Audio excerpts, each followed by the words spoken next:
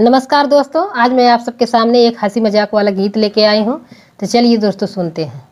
बहनी इतना गधले हमरे बाटें ससुइया ता बउबा झिनका है हो। बहनी इतना गधले हमरे बाटें ससुइया ता बउबा झिनका है हो।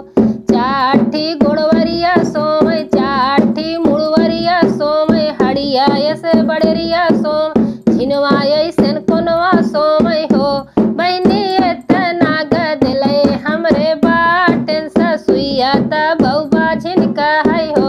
बहनी इतना गधले हमरे बाटें जेठनिया ता बउबा झिनका है हो। बहनी इतना गधले हमरे बाटें जेठनिया ता बउबा झिनका है हो।